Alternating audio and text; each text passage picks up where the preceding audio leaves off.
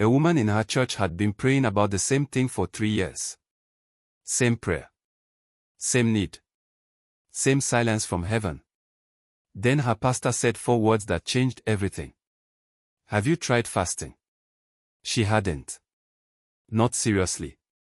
Not with intention. So she did. 3 days. No food. Just water and the word and prayer. And on the 3rd day, something broke. Not just in her circumstances. Something broke in the spiritual atmosphere around her life. Things that had been stuck for years began to move within weeks. She didn't understand what happened. But the Bible does. Most Christians treat fasting like spiritual dieting. Something you do in January. Something you attempt and abandon by day 2. Something you vaguely know is in the Bible but have never fully explored. And because of that, most Christians are leaving one of the most powerful weapons in their arsenal completely untouched. Here's what nobody tells you about fasting. It is not primarily about food. Food is just the mechanism. What fasting actually does happens in a realm you cannot see with your physical eyes. And once you understand what is actually occurring in the spirit when you fast, you will never treat it casually again.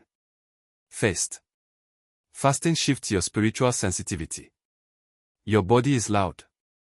Every hour of every day, it is making demands. Hunger, comfort, pleasure, rest. And those demands compete constantly with your spirit's ability to hear God. When you fast, you are deliberately silencing the loudest voice in the room so that the quieter, deeper voice can finally be heard. Daniel understood this. Daniel 10 records one of the most dramatic encounters with heaven in all of Scripture. An angel appeared to Daniel and said something that should stop every Christian code. Daniel 10 verse 12, since the first day that you set your mind to gain understanding and to humble yourself before your God, your words were heard. The first day. God heard Daniel on day 1. But the angel didn't arrive until day 21. What was happening in between? Spiritual warfare. Daniel 10 verse 13 tells us, the prince of the Persian kingdom resisted me 21 days. Daniel's fast didn't move God. God was already moving. Daniel's fast kept Daniel in position long enough for the answer to break through the opposition. That is what fasting does. It holds you in place while heaven works. Second, fasting breaks spiritual bondage. Isaiah 58 verse 6 is one of the most specific verses in all of Scripture about fasting. God Himself defines what true fasting is designed to accomplish. Is not this the kind of fasting I have chosen, to loose the chains of injustice and untie the cords of the yoke, to set the oppressed free and break every yoke? Break every yoke. Every yoke.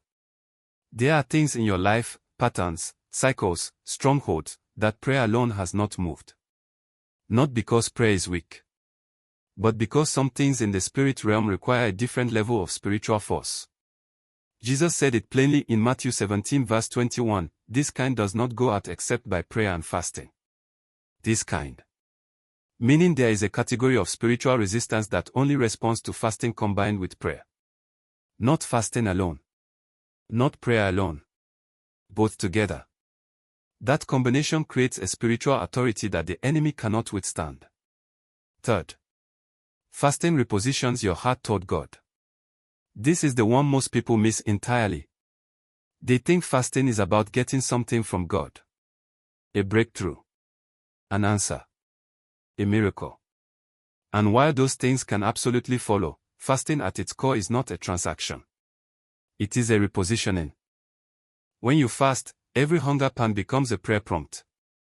Every moment your body reminds you that you haven't eaten, your spirit redirects that attention to God. You become, for the duration of that fast, a person who is consciously, continuously, turning toward heaven. Multiple times an hour. Every single day. Matthew 6 verse 18 records Jesus saying, your Father, who sees what is done in secret, will reward you. He sees the secret fast. The one nobody knows about. The one where you quietly decline lunch and spend that hour in prayer instead. The one that cost you something. And He rewards it. Not because you earned a reward, but because fasting is an act of love, and God always responds to love. So here is your challenge. This week, choose one meal. Just one. Skip it.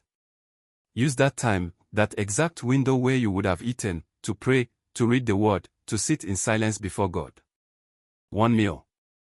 That is where you start. You don't need a 40-day fast to see results.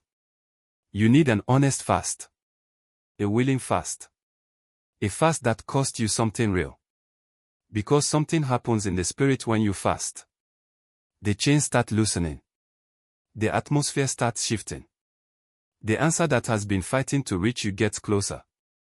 Daniel held his position for 21 days. And the breakthrough came. Hold yours. Your breakthrough is already on the way. If this opens something in you today, share this video with someone who has been praying and waiting and wondering why nothing is moving. And click the like button and subscribe to Love God Love IYO for more scripture-based content that actually strengthens your faith without the fluff. The fast is not the sacrifice. The breakthrough is the reward.